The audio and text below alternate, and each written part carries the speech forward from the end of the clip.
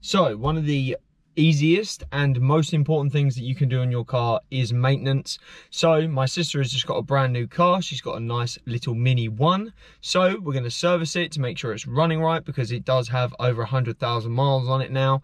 And welcome to the new series. This is the NOTaCOOPERS, and welcome to the Not a Mod channel. So let's get to it. But as per, I know I said it's one of the easiest things you can do to your car, but we can never do anything that's particularly easy, so it doesn't all go according to plan, but I'll bring you along for the ride and you can see how it goes. So let's get to it.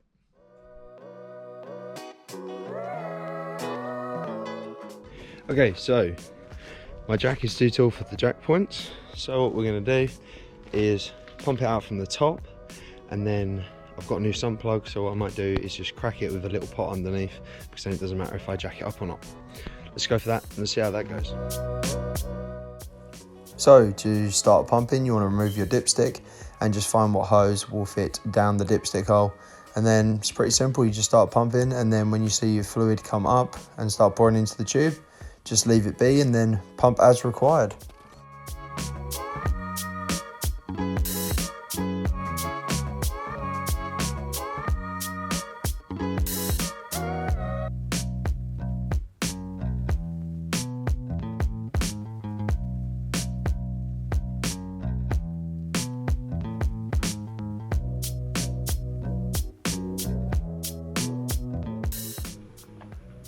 And we have fluid coming through, so you should get 1, 2, 3, 4.5, hopefully. Next port of call, remove the oil cap, because obviously then that lets air get in while we're pumping out, and we're going to do the oil filter. So I didn't really think about this at the time, but realistically what you want to do is crack it basically till it's undone, but leave it to sit so all the oil can drain back down through the plug, because otherwise you end up making a mess like I did. The oil filter housing takes a 27mm socket, and as you can see it's quite tight, but it is pretty easily accessible.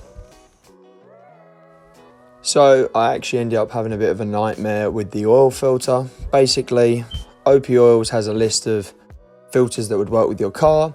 It said that the Bosch P9249 would work, however it doesn't, so you need a MAU OX 339/2D. Then that will definitely fit your car, and then you'll be sorted, unlike me, who ended up putting the original filter back in, and then I replaced it later on off camera. I still can't fault Opie Oils.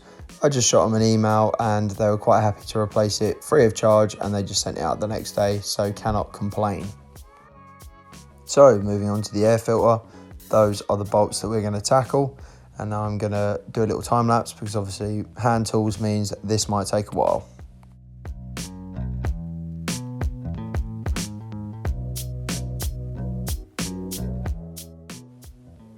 So with the bolts out of the way, just pull up that little mount at the front, and then you can just replace the filter with the new one, and then it's just a reverse of the removal process.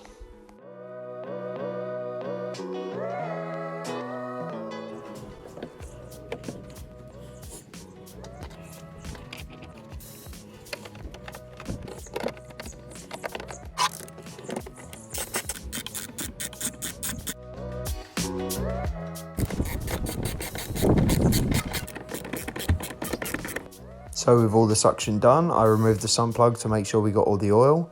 The socket is a 8mm hex head, and I'm going to replace it with a brand new shiny sump plug that I got from Opie Oils.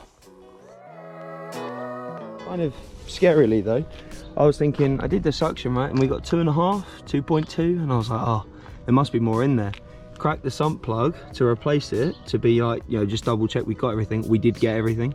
So this car only had 2.5, and it's supposed to have 4.5, which is disgusting from the previous owner. Cheers, mate. So time to service it, put some actual oil in it that it needs, and we'll go from there. So quick and easy, we're going to pop in the new sump plug.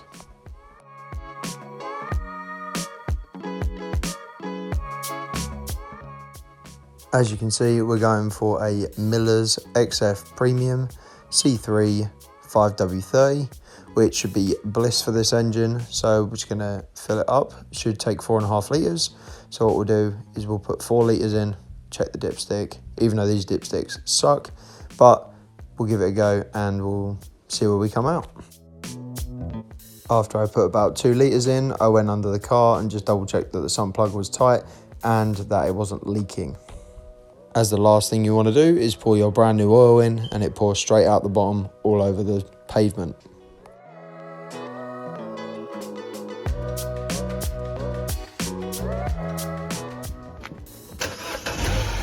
So I'm pretty sure these cars are renowned for the dipsticks being really hard to read.